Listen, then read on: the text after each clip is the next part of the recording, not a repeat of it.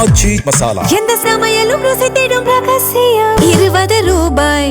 Okay, இப்போ நம்ம பார்க்கக்கூடிய காட்சி ஏற்கனவே தஞ்சாவூரில் இப்படி பல இடங்களில் ஆர்ப்பாட்டம் நடத்தினாங்க. ஒரு பக்கம் தவிகவினர், இன்னொரு பக்கம் திமுகவினர் அப்படின்னு ஒரே இடத்துல ரெண்டு பேரும் குவிந்ததெல்லாம் போர்க்களம் போல பல இடங்களை காட்சி அளிக்க வைத்தது.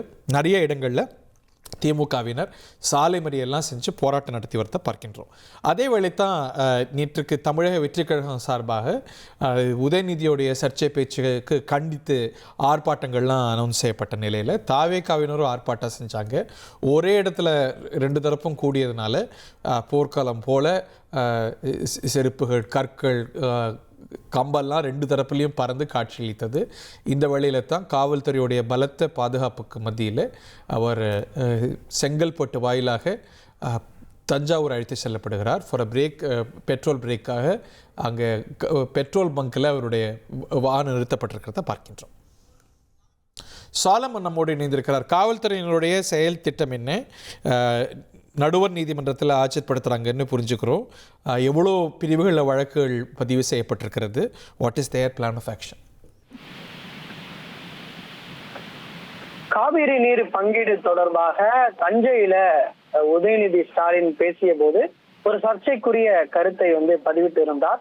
அந்த கருத்து தொடர்பாக சமூக வலைதளங்கள்ல பெரிதள சர்ச்சை ஏற்படுத்திய நிலையில இது தொடர்பாக தமிழக வெற்றி கழகத்தினர் சார்பில் ஆர்ப்பாட்டமும் அதே போன்று பல்வேறு காவல் நிலையங்கள்ல எதிர்கட்சி தலைவர் உதயநிதி ஸ்டாலின் மீது புகாரானது கொடுக்கப்பட்டிருந்த நிலையில தஞ்சை மாவட்ட போலீசாரால் உதயநிதி ஸ்டாலின் மீது மொத்தம் 9 பிரிவுகளின் கீழே இது தொடர்பாக வழக்கு பதிவும் செய்யப்பட்டிருந்தது. குறிப்பாக தற்போது அந்த 9 பிரிவுகள் என்னென்ன என்பது குறித்தான தகவல்கள் வெளியாகி இருக்கிறது.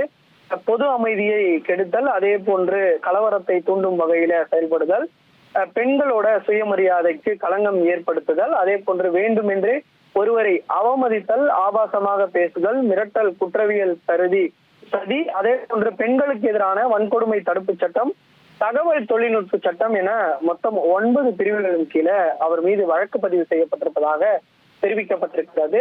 இந்த புகாரின் அடிப்படையில தான் இன்று காலை நீலாங்கரையில அவரை எதிர்கட்சி தலைவரான உதயநிதி ஸ்டாலினை தஞ்சை மாவட்ட போலீசார் கைது செய்தனர். கைது செய்யப்பட்ட போது அங்கு பெரிதளவிலான திமுக தொண்டர்கள் கூடியதால அங்கு போலீசாருடன் ஒரு வாக்குவாதமும் ஏற்பட்டது.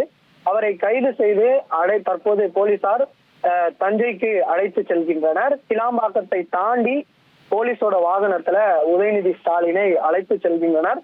அவருக்கு பின்னால் முன்னாள் அமைச்சர்கள் மற்றும் அவருடைய வாகனத்துல பின்தொடர்ந்து செல்கின்றனர்.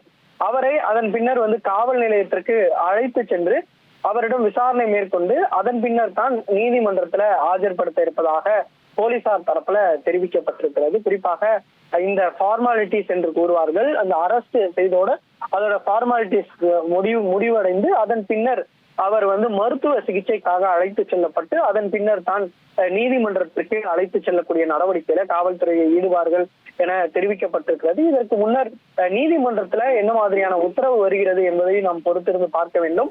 அதனை பொறுத்துத்தான் இதற்கு மேல் என்ன மாதிரியான நடவடிக்கை எடுப்பார்கள் என்பது பொறுத்து தெரிய வரும் எனவும் கூறப்படுகிறது.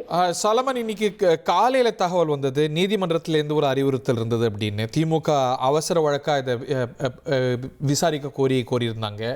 ஸோ அதெல்லாமும் கூட திமுக தரப்புல இன்னைக்கு காவல்துறை கிட்ட விவாதிக்கும் போது சொல்லியிருந்தாங்க, நீதிமன்றம் தான் சொல்லியிருக்கே கைது செய்யாதீங்க அப்படின்னு. ஸோ இதெல்லாம் திராவிட முன்னேற்ற கழக தரப்புல எழுப்புறதுக்கான வாய்ப்பு இருக்கா பெயிலுக்கு வரும்பொழுது?